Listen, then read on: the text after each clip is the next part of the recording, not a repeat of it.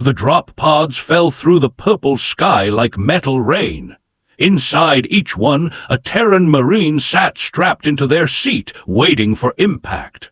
Sergeant Maya Chen gripped the handles above her head and counted the seconds. 3, 2, 1. The pod hit the ground hard. The impact gel absorbed most of the shock, but Maya still felt her teeth rattle. She slapped the release button and the door blew outward. Smoke and dust filled the air. She stepped out onto alien soil for the first time in her life.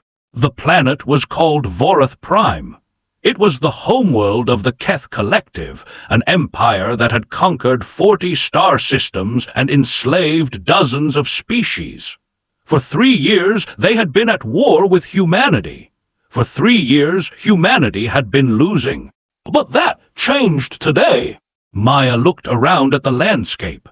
The ground was dark red, almost like dried blood. Strange plants with silver leaves grew in clusters. In the distance, she could see the capital city of the Keth.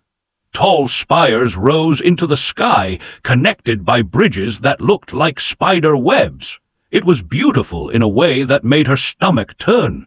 The air smelled wrong, not bad exactly, but different. Her helmet filtered most of it, but she could still catch hints of something sweet and metallic. This was an alien world, and every breath reminded her of that fact. "Squad 7, sound off," she said into her comm. "Private Tours, ready. Corporal Kim, ready. Private Okonkwo, ready. Private Singh, ready." 5 Marines, that was all she had. But they were Terran Marines, and that meant something. The invasion had been planned for months. Operation Thunderfall, they called it. 200 drop pods had fallen across the planet, each carrying 5 Marines. 1,000 soldiers against a world of 12 billion Keth. The numbers were insane. Any other species would have called it suicide. But humans were not any other species. Maya pulled up the tactical map on her helmet display. Their objective was 3 kilometers north. A communications hub that controlled the planetary defense network. If they could take it down, the main fleet could begin orbital bombardment of military targets. "Move out," she ordered. They ran through the alien landscape. Their powered armor made them fast, faster than any Keth soldier could match. The exoskeletons in their suits multiplied their strength by 10. Each Marine carried enough firepower to level a building. The ground crunched under their boots, leaving deep prints in the red soil. Tors took point. He was young, barely 22, but he had good instincts.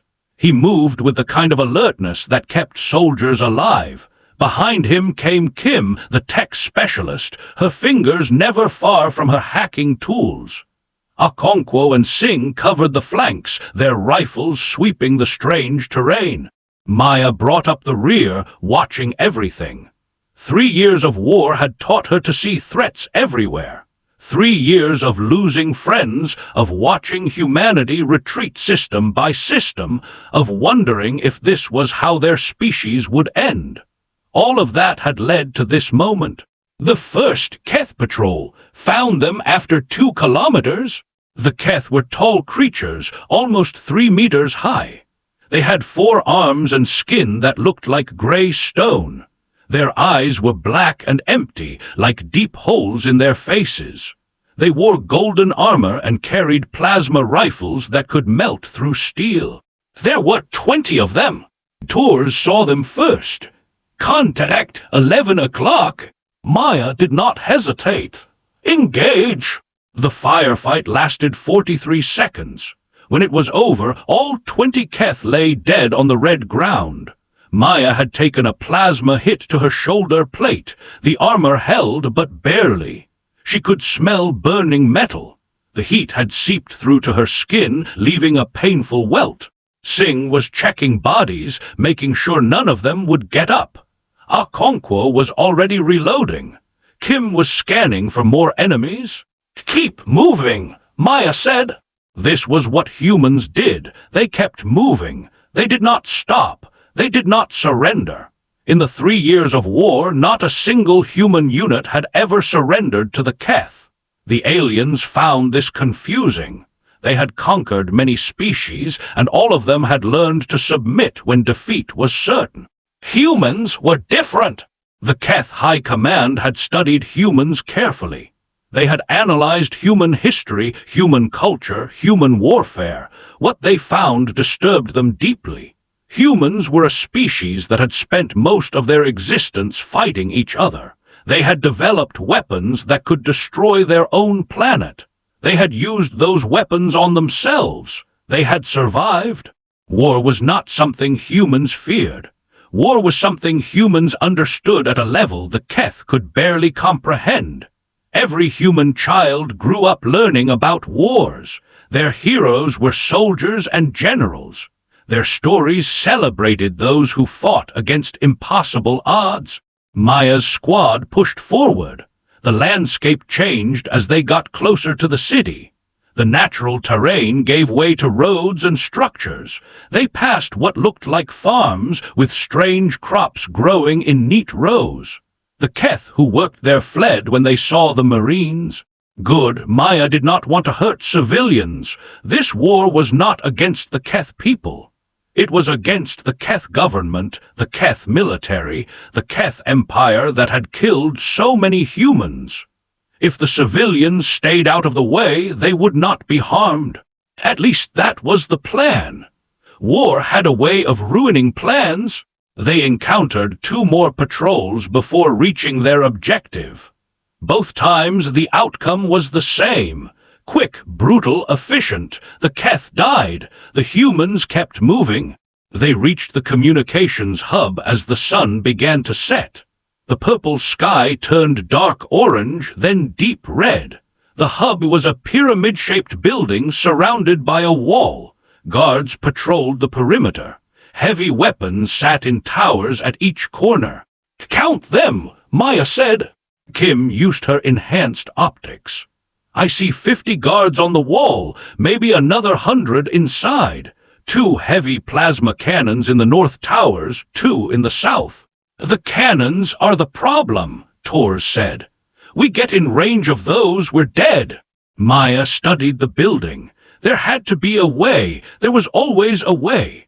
She had learned that lesson the hard way, watching commanders who gave up when things looked impossible. Those commanders were dead now. The ones who survived were the ones who always looked for another option. "Akonkwo, what do you have in your demo pack?" The big Marine grinned. "Enough to make a very big hole, Sergeant." "Good. Here is what we are going to do."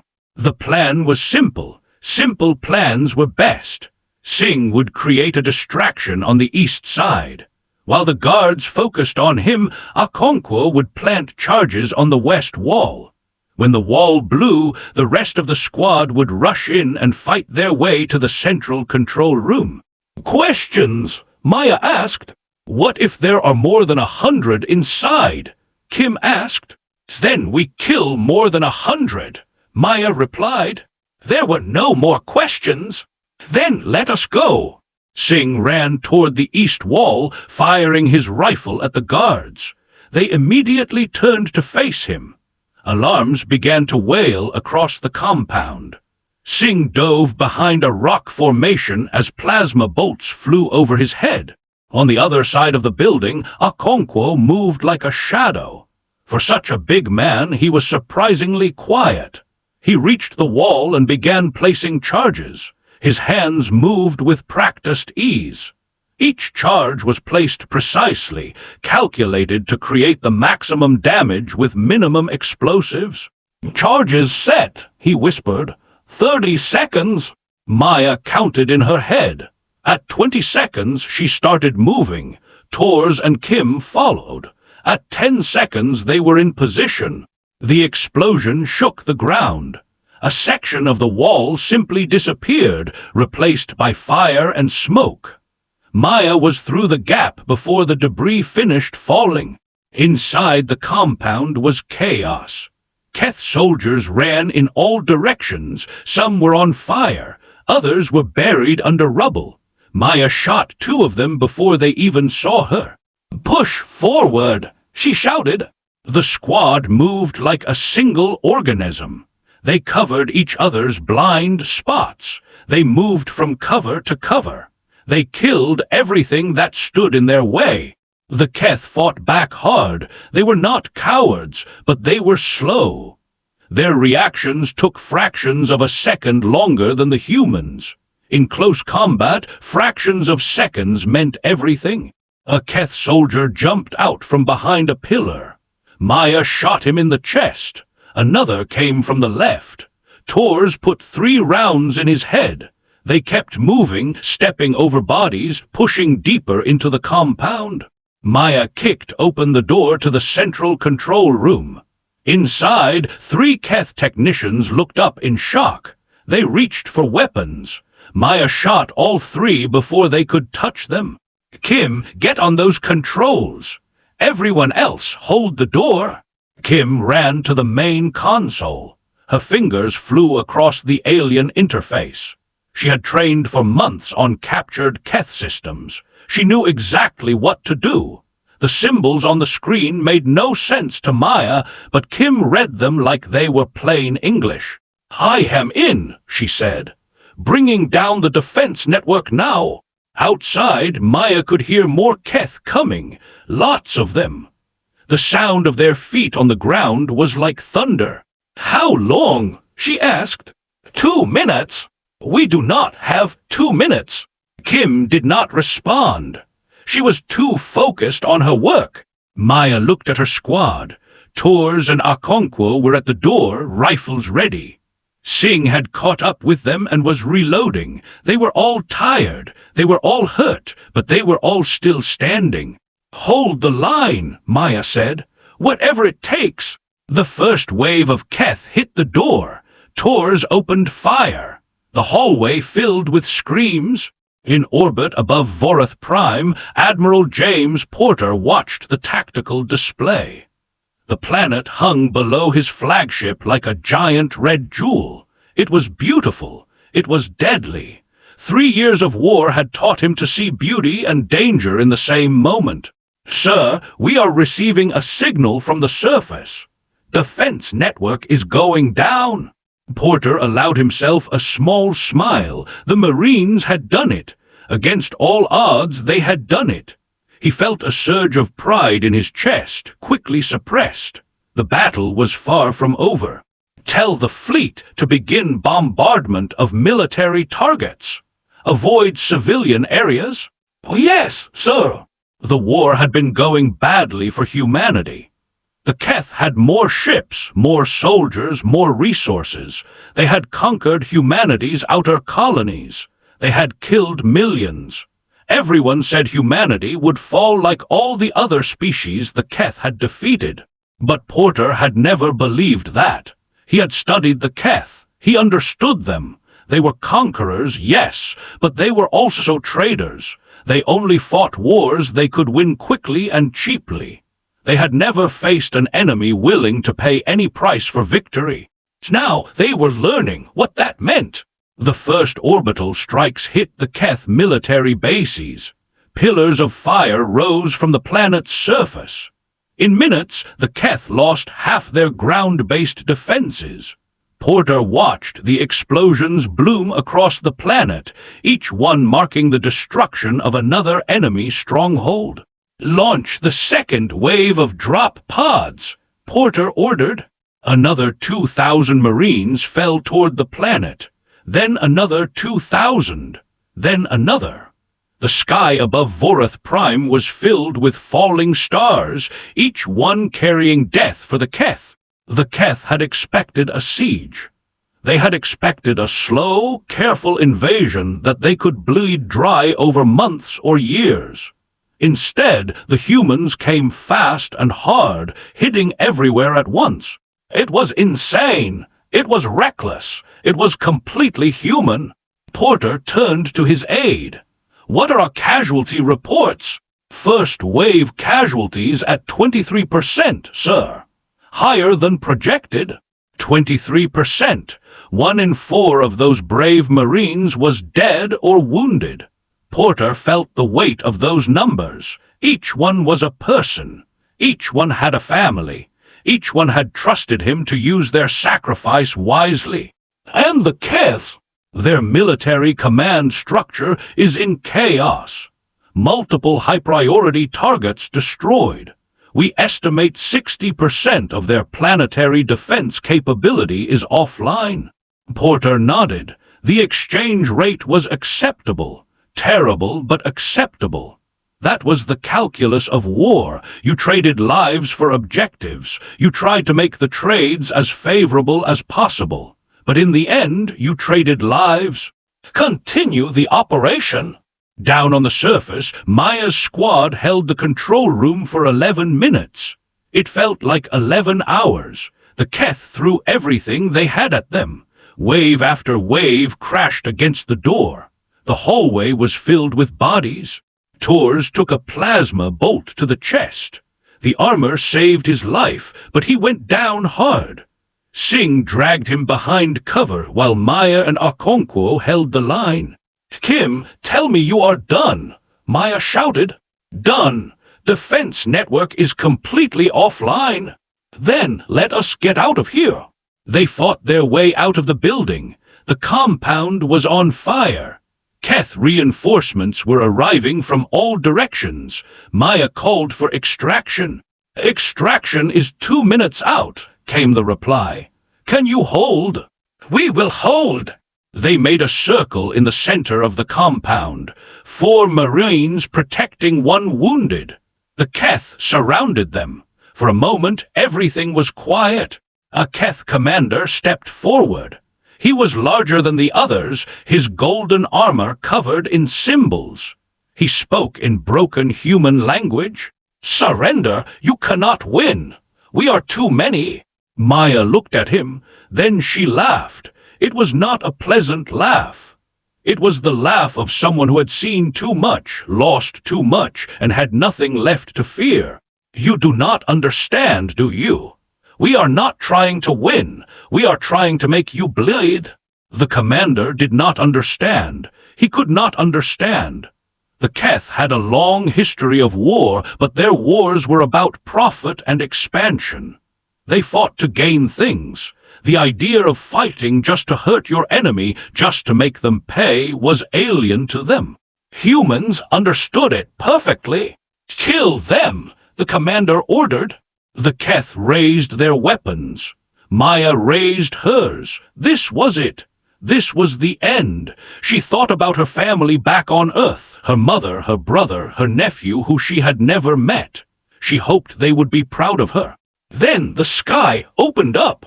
The extraction shuttle came in hot, guns blazing. Heavy cannons tore through the Keth ranks. Rockets exploded among their formations. The shuttle landed hard, ramp already lowering. "Get in!" the pilot screamed. They ran. Kim and Okonkwo carried Tors between them. Singh covered the rear. Maya was last, firing until her magazine was empty. The ramp closed. The shuttle lifted off. Below them, the compound was a sea of fire and bodies. "We did it," Kim said. She was laughing and crying at the same time. "We actually did it." Maya looked out the window. Across the planet, she could see more fires burning, more drop pods falling, more shuttles flying. The invasion was working. For the first time in 3 years, humans were not running. Humans were attacking, and the Keth had no idea how to stop them. In the capital city, the Keth Supreme Council met in emergency session. The High Chamber was a massive room built to impress and intimidate. Pillars of polished black stone rose to a ceiling painted with images of Keth conquests. Today, no one felt impressive. Everyone felt afraid. "How is this possible?" demanded Councillor Veth. "They are one species. We are the collective of 40 worlds. How can they do this?" "Their tactics are unlike anything we have seen," reported the military commander. They do not follow logical patterns. They take risks that should destroy them, and when they should retreat, they attack harder. Then predict what they will do next. I cannot. No one can. The humans do not behave rationally. This was the problem.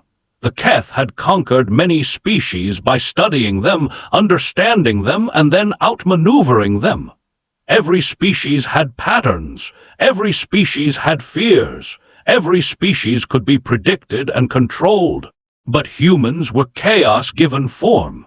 Their behavior changed based on emotions, on individual choices, on factors that seemed random to outside observers. One human would surrender when faced with death. Another would fight to the last breath. There was no way to know which you were facing until it was too late. "What do they want?" asked Counselor Meth. "Perhaps we can negotiate?"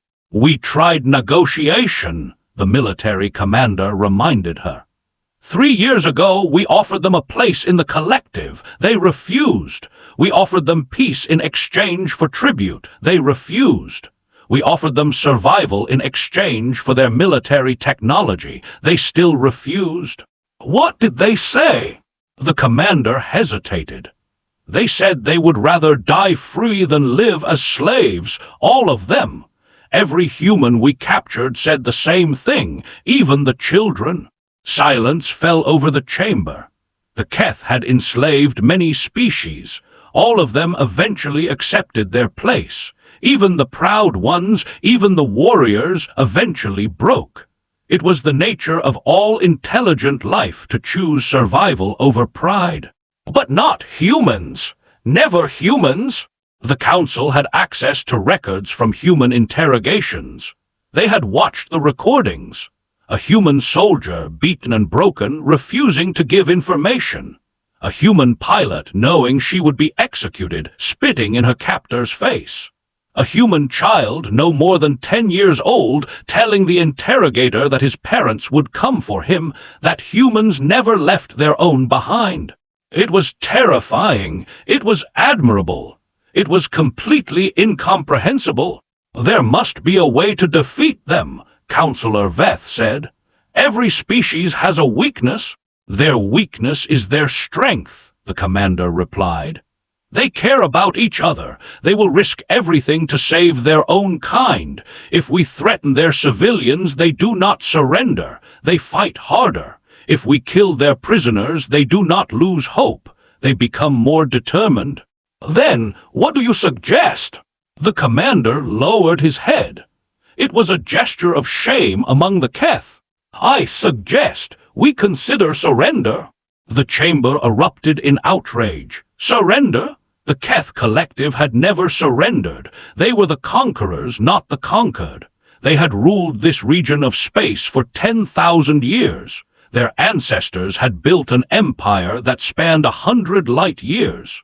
The very idea of surrender was an insult to everything they had achieved. But the commander raised his hand for silence. The humans have a saying, if you cannot beat them, join them. We cannot beat them. Their numbers are smaller, but their will is stronger. For every human we kill, 10 more come. For every ship we destroy, they build 2 more. They are not fighting for territory or resources. They are fighting for survival. And a species fighting for survival is the most dangerous thing in the universe. Counselor Meth spoke slowly. You are saying we should give up everything we have built, everything we have conquered? I am saying we should survive. The humans do not want to rule the galaxy. They want to be left alone. If we give them that, if we release our slaves and withdraw to our own space, they may let us live. And if they do not, then we fight to the death. But at least we will have tried peace. The council argued for hours. Outside, the sounds of battle grew closer. Human marines were fighting their way through the city. The defensive lines were collapsing one by one. Reports came in regularly. The northern district had fallen. The spaceport was under human control. The military command center had been destroyed by orbital bombardment. Each report was worse than the last. Finally, a vote was called. It was close. But in the end, survival won. "Send a message to the human fleet," Counselor Veth ordered. "Tell them we wish to discuss terms." Admiral Porter received the message with surprise. He had expected the Keth to fight to the last. That was what his intelligence had predicted.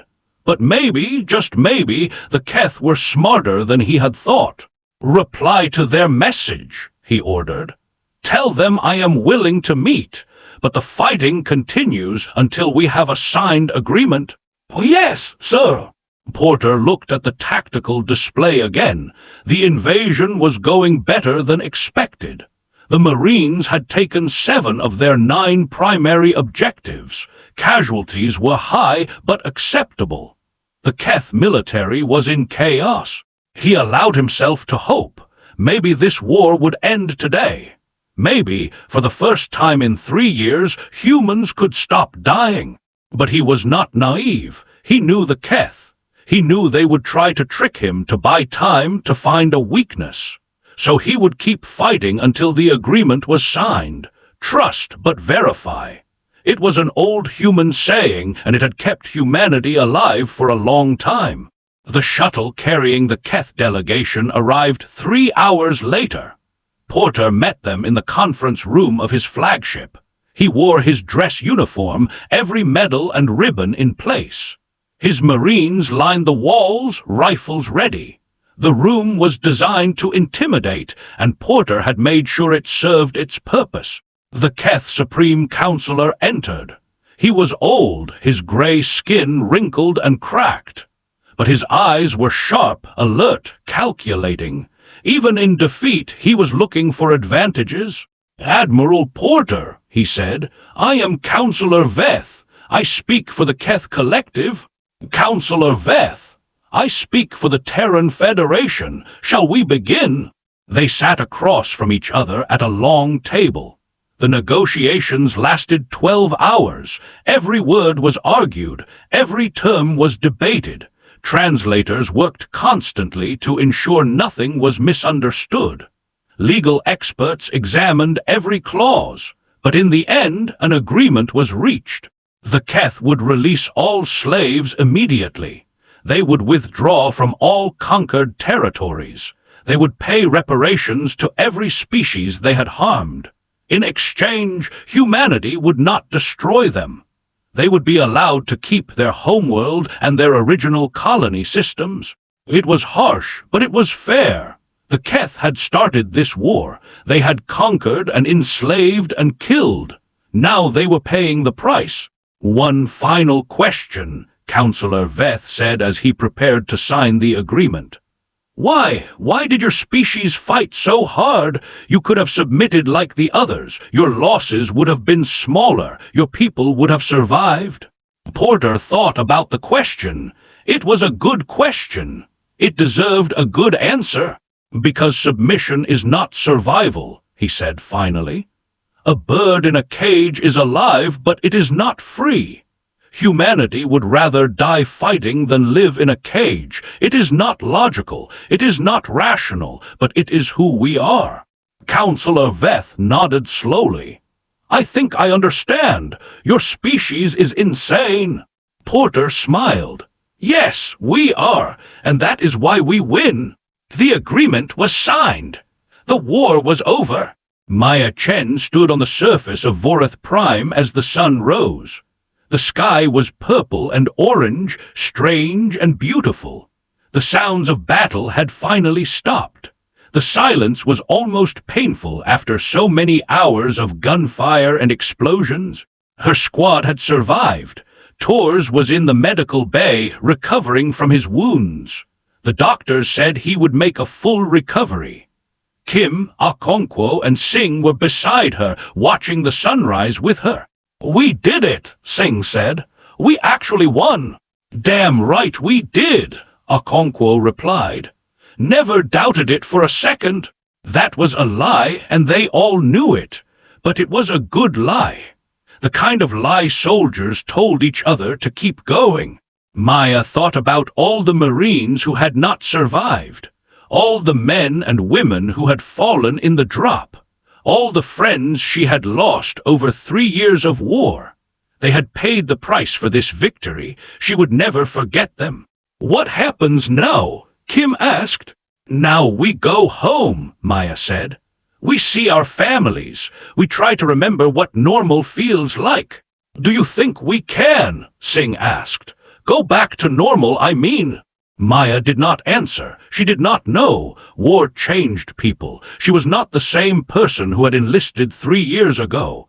That Maya had been young, idealistic, certain that everything would work out.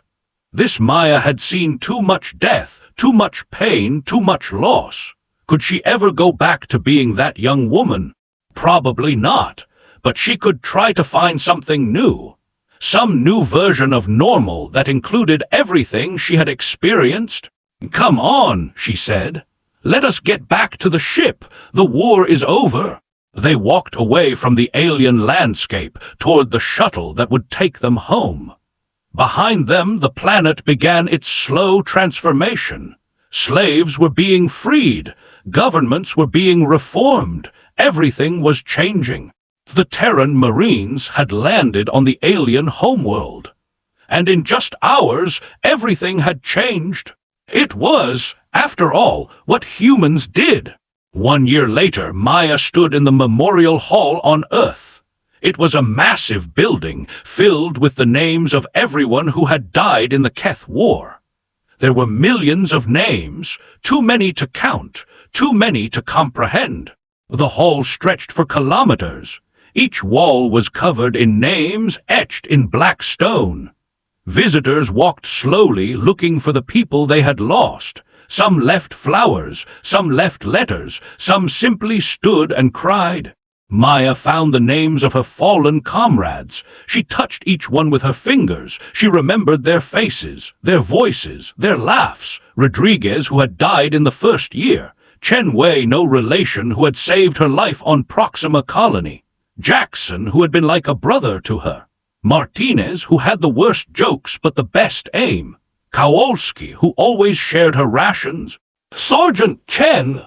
She turned. A young man in civilian clothes was standing behind her. He looked nervous. "Yes, I am David Torres. Private Torres was my brother." Maya felt her heart clench. "He was a good Marine, the best. He saved my life more than once. He talked about you in his letters. He said you were the reason he kept fighting. He said you made him believe they could win." Maya did not know what to say. She had just been doing her job. She had just been trying to survive, to keep her people alive. She had never thought of herself as inspiring.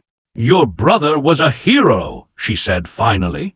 "He helped win the war. He helped free billions of slaves. His sacrifice meant something." David Torres nodded. His eyes were wet. "Thank you, Sergeant. Thank you for bringing him home." Maya watched him walk away. Then she turned back to the wall of names. So many stories, so many lives. But humanity had survived. Humanity had won. And all these names, all these sacrifices had made that possible. She straightened her shoulders and walked out of the memorial hall. The sun was shining, birds were singing, children were playing in the streets. Old couples walked hand in hand. Life went on as it always did. This was what they had fought for. This was what all those names had died for. Peace, freedom, a future. Maya smiled. For the first time in years, she felt hope. The war was over. The healing could begin. In the years that followed, the galaxy changed in ways no one had predicted. The species once enslaved by the Keth built new civilizations. They formed alliances and trade partnerships. Many of them joined the Terran Federation as equal members. The Keth themselves changed too. Without their empire of slaves, they had to learn new ways of living. It was hard. Many of them resented humanity. They organized protests, formed resistance movements, dreamed of revenge. But some of them began to understand. They began to see that conquest was not the only way. That cooperation could be stronger than domination. That freedom, even the freedom of others, made everyone stronger.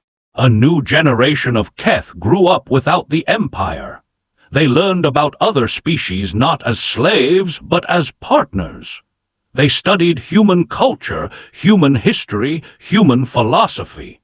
Some of them even came to admire the strange creatures who had defeated their ancestors. Humans spread across the stars. They built colonies on 100 worlds. They explored regions of space no one had ever seen. They made friends with species they had never imagined. And everywhere they went, they brought their strange mix of violence and compassion, their willingness to fight and their desire for peace. But they never forgot the war, never forgot the sacrifices, never forgot what it had cost to win. In every human ship, in every human colony, there was a memorial room, a place to remember, a place to honor, a place to ensure that the lessons of the past were never lost. Children grew up visiting these rooms, learning the names of those who had died, understanding the price of the freedom they enjoyed. Admiral James Porter retired 5 years after the war.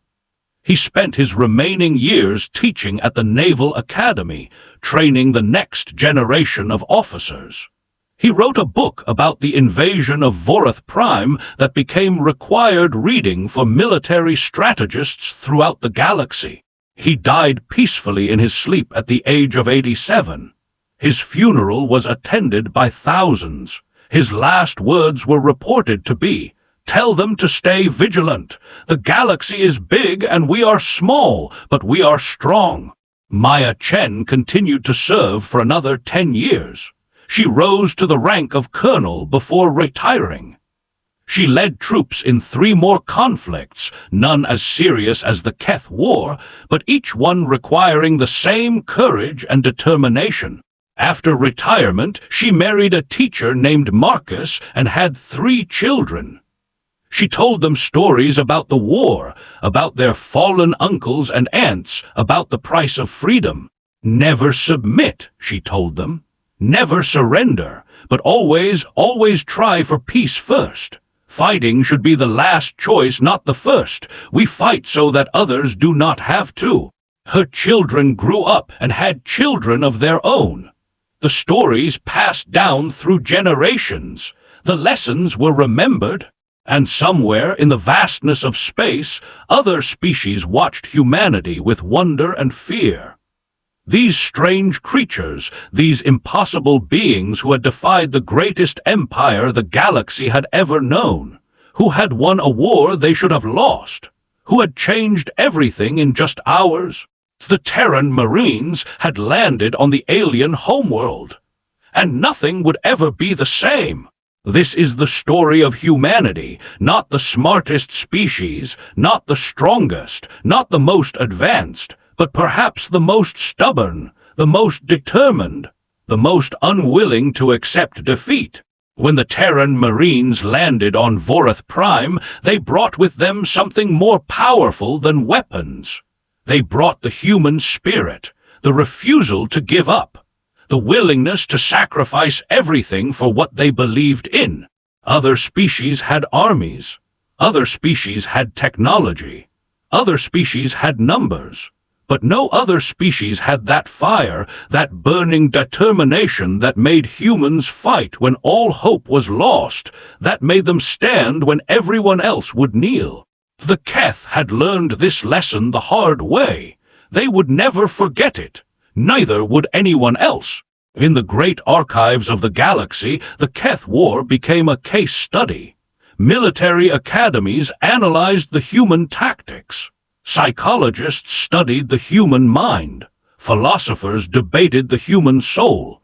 Everyone tried to understand what made humans different. Some said it was evolution. Humans had evolved on a dangerous world, constantly fighting for survival. They had learned that giving up meant death. Some said it was culture.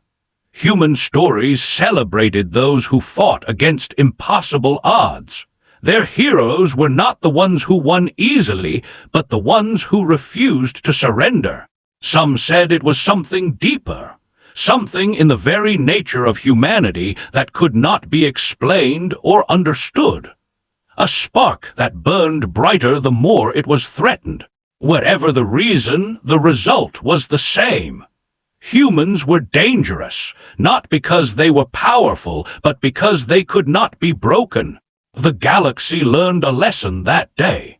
A lesson that would be remembered for 10,000 years. A lesson that other species would teach their children for generations. Never invade Earth. Never attack humanity. Because humans do not surrender. Humans do not submit. Humans fight. And when humans fight, they win. Not always, not easily. But in the end, always. This is the way of humanity. This is who they are. And the stars themselves tremble at the thought. Maya Chen died at the age of 94, surrounded by her family. 4 generations gathered around her bed. Her children, her grandchildren, her great-grandchildren. They held her hands and told her they loved her. Her last words were simple. It was worth it, all of it, worth it. They buried her next to her fallen comrades in the military cemetery outside the memorial hall. Her gravestone read, Sergeant Maya Chen. She held the line. Her great-grandchildren never really knew her, but they knew her stories. They knew about the day the drop pods fell through the purple sky. They knew about the communications hub, the firefight, the extraction. They knew about the heroes who had made their world possible. And when they looked up at the stars, they saw not just points of light, but possibilities. Worlds to explore, species to meet, adventures to have. Because that was what humans did. They looked at the impossible and said, why not? They looked at the darkness and said, let there be light. They looked at the end and said, this is just the beginning. The Terran Marines had landed on the alien Homeworld. Everything had changed in hours, and humanity had proven once again that it would never be conquered. Not today, not tomorrow, not ever. This is their story. This is our story.